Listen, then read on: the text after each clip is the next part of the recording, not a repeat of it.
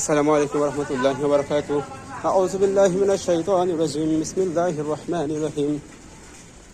ফি লাওহিম মাহফুজ। সাদাকাল্লাহুল আযীম। মহান আল্লাহ তাআলা পবিত্র গ্রন্থে আল্লাহ তাআলার প্রশংসা করতেছি।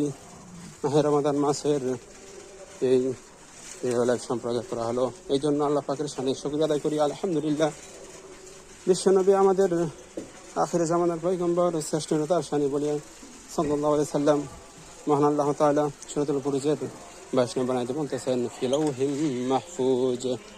এই কোরআন আমি আল্লাহ তাআলা লাউহ মাহফুজে সংরক্ষিত রেখেছিলাম। দুনিয়ার জমিনে কোরআনকে আমি আল্লাহ তাআলা আস্তে আস্তে দুনিয়ার মাটিতে নাযিল করেছিলাম।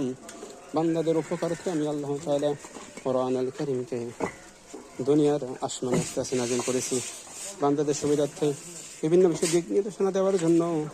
আর এই কোরআন কারীম আমি দুনিয়ার মানুষের কাছে প্রেরণ করেছি, সিনাই মানুষদের আমি এটাকে হেফাজত করেছি। ফিলাউহি মাহফুজ থেকে দুনিয়ার জমিনে হাফেজদের সিনে আল্লাহ তাআলা এটাকে হেফাজত করেছেন। এটা সম্মানিত গ্রন্থ, সম্মানিত কোরআন। আল্লাহ তাআলা আমাদের কোরআন কারীমের সাথে থাকার, কোরআন কারীমের কথা বলার, কথা শোনার এবং সেই সাথে নিজের জীবনকে ব্যক্তি পরিবার থেকে শুরু করে সমাজ রাষ্ট্রে সব জায়গায় আল্লাহ তাআলা কোরআনের সাহায্য আমাদেরকে রাখার তৌফিক দান করুক। আল্লাহুম্মা আমিন কুলুবানা ফি নূরিল কোরআন। আল্লাহ তাআলা আমাদেরকে কোরআন নূর দিয়ে নূরান্বিত করুক। আমিন। আসসালামু আলাইকুম ওয়া রাহমাতুল্লাহি ওয়া বারাকাতুহু।